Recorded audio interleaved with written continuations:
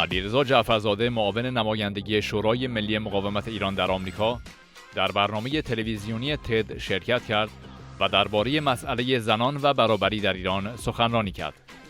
توجه شما را به بخش‌هایی از آن برنامه جلب می‌کنیم.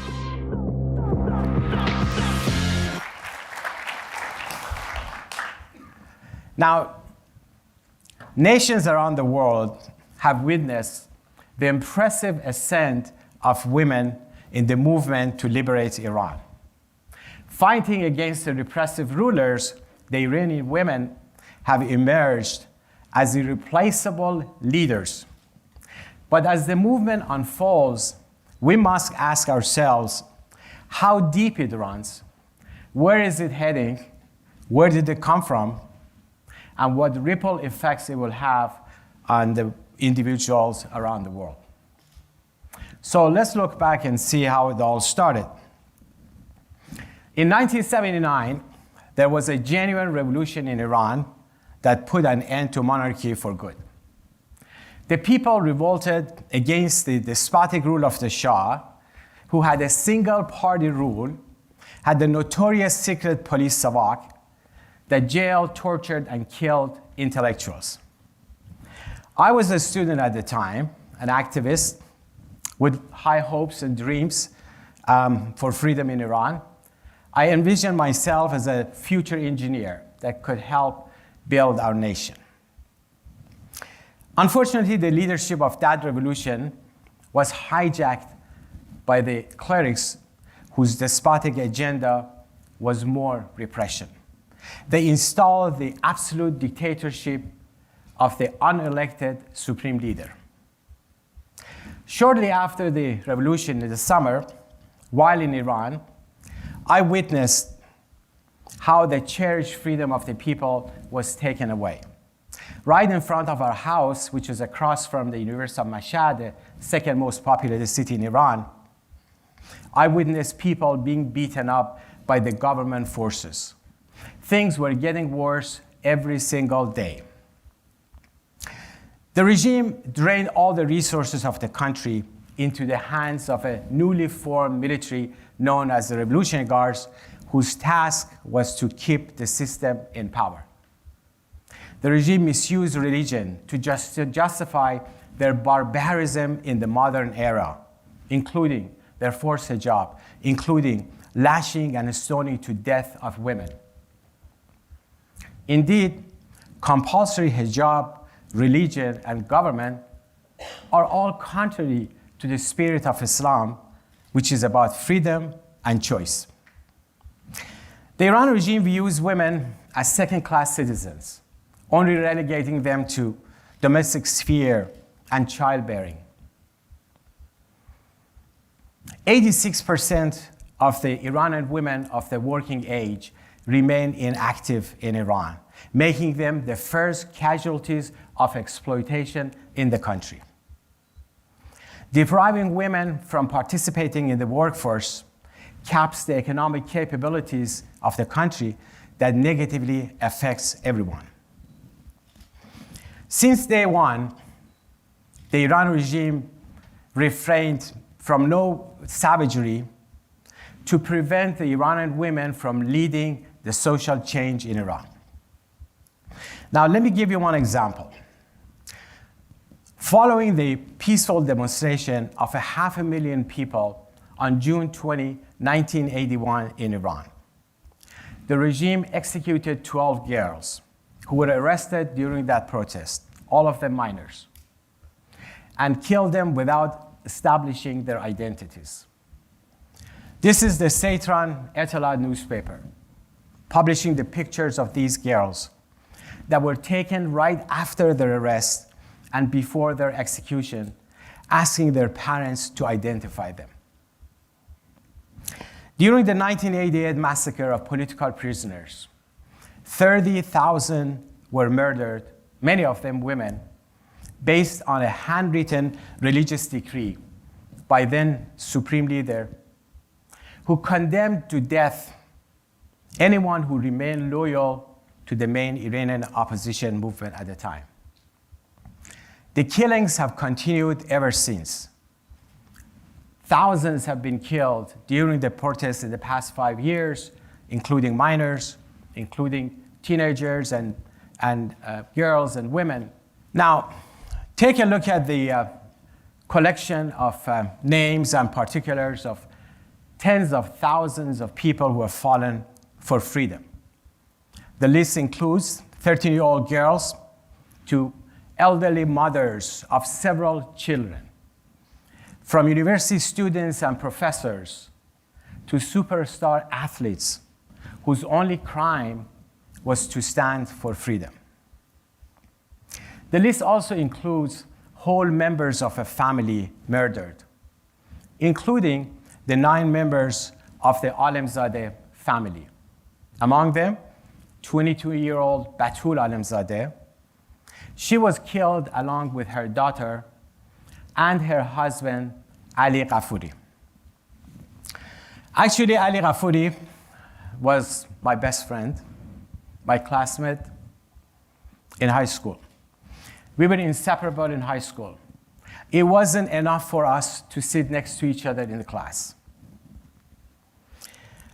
Ali would come every single day, walk from far to my house, so we could go to school and back together and talk on the walk. He was full of passion and compassion. He loved sports. We were both on the basketball team. He was a brilliant student that only made me better. And he helped me get to my desired engineering university in Iran. Now, shortly after the revolution, Batul and Ali got involved in protests and political activities against the Iranian regime. The Revolutionary Guards raided their house. They killed Ali and their 1-year-old daughter, Nasreen, on the spot. Batul was arrested while injured. She was taken to prison under torture. She refused to cooperate.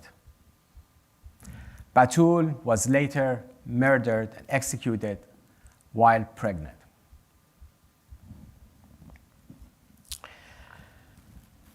Now, the murder of Ali's entire family, including their unborn child, had a significant impact on me.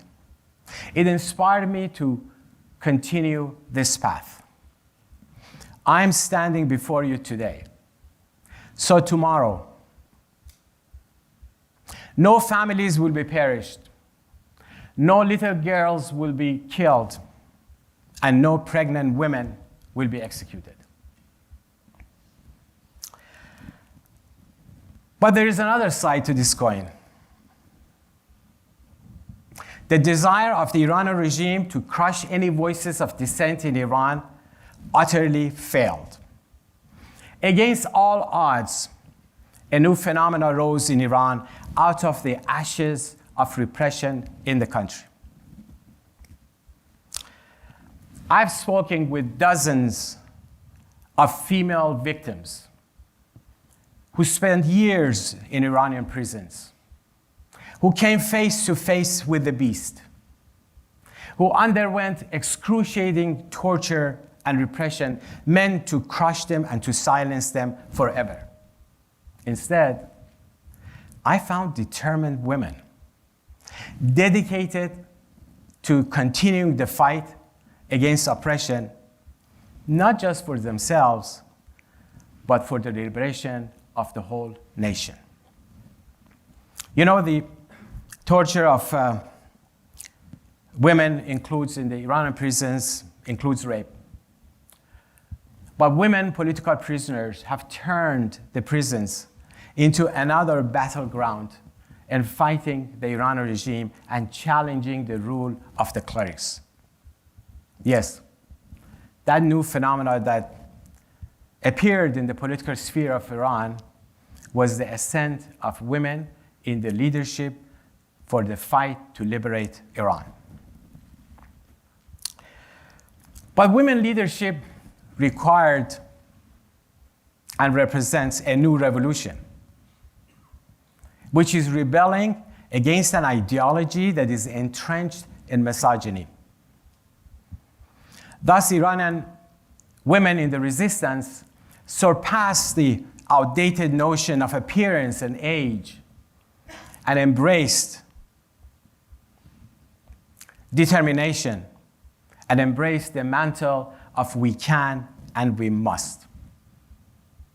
Now, does women's leadership mean that simply replacing men with women? No. Women's leadership is a revolt against an ideology, a deep-rooted ideology that is built on the exploitation of women. Women's leadership is a revolt against a male-dominated ideology that sees women as commodities that can be owned. This ideology enslaves both women and men. Indeed, the liberation of women is a prerequisite to the liberation of men. This way, men and women can work together to liberate Iran. And this was the process that the women in the Iran resistance went through and assumed the leadership positions in the movement. Now, it wasn't easy at all. It's a lot easier said than done. But the resilience and the commitment of the women in the leadership of the Iran resistance over 4 decades paid off. Actually, the 40 years of leadership of women in the Iran resistance became a role model for the new generation, including the Gen Z, to take to the streets and display incredible leadership and courage. Since 2017, there have been several rounds of uprisings in Iran, people seeking freedom and change in all 31 provinces of the country. The brave women of Iran have been in the forefront of that fight, both showing their courage, but also their leadership to maintaining the focus on where the fight should be when they chanted, with or without hijab, onward toward the revolution, making it very clear that what's really happening inside Iran is about nothing but the freedom of the people and liberating the country for the whole nation.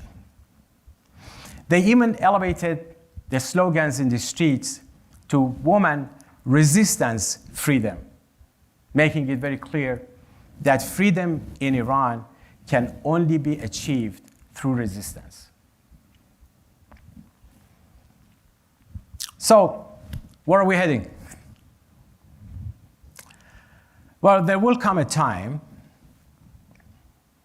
that dehumanizing women will be condemned as a dark chapter in our collective past. There will come a time that women will be valued as autonomous with absolute authority to govern their life. There will come a time that no woman will be viewed by their appearance, age, clothing, or private life.